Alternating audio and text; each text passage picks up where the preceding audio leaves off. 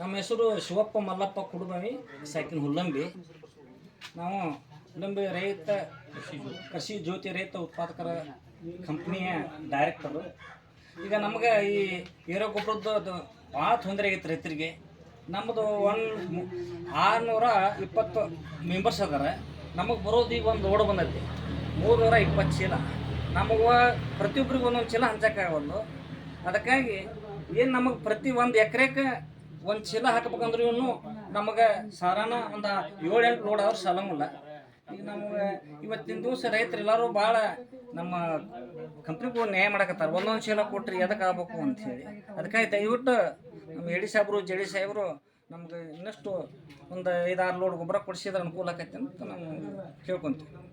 ರೈತರೇನು ಈಗ ನೀವು ಇಷ್ಟು ಕೊಡತ್ತಿರಲ್ಲ ಜಗಳ ಪಗಳ ಏನಾರು? ಈಗ ರೈತರಿಗೆ ಏನಿಲ್ಲ, ಜಗಳ ಮಾಡಕತ್ತಾರೆ, ಎಲ್ಲ ಸಂಭಾಳಿಸ್ಕೊಂಡಿವಿ ನಾವು. ಒಂದೊಂದು ವೈರಪ್ಪ ಅಂತ ಹೇಳಿವಿ ಅನಿವಾರ್ಯ. ನಮ್ಮ ರೈತರಿಗೆ ಏನು ಮಾಡೋಕ್ಕಾಗೋದಿಲ್ಲ.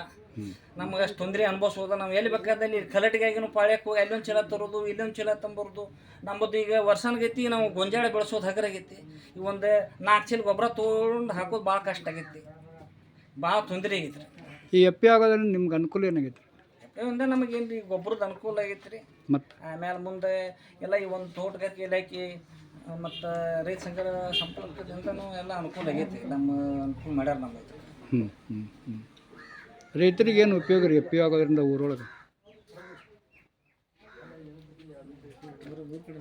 ಅಲ್ಲ, ಇದು ರೈತರಿಗೆ ಸ್ವಲ್ಪ ಉಪಯೋಗ ಆಗೈತಿ, ಎಲ್ಲರಿಗೂ ಉಪಯೋಗ ಆಗೈತಿ ರೀ. ಇದು ನಮ್ಗೆ ಗೊಬ್ಬರ ಸಿಗ್ತೈತಿ, ಬೀಜ ಸಿಗ್ತೈತಿ, ಜೊತೆಗೆ ಉಪಯುಕ್ತವಾದ ಮಾಹಿತಿ ಸಿಗ್ತೈತಿ ನಮ್ಮ ರೈತರಿಗೆ.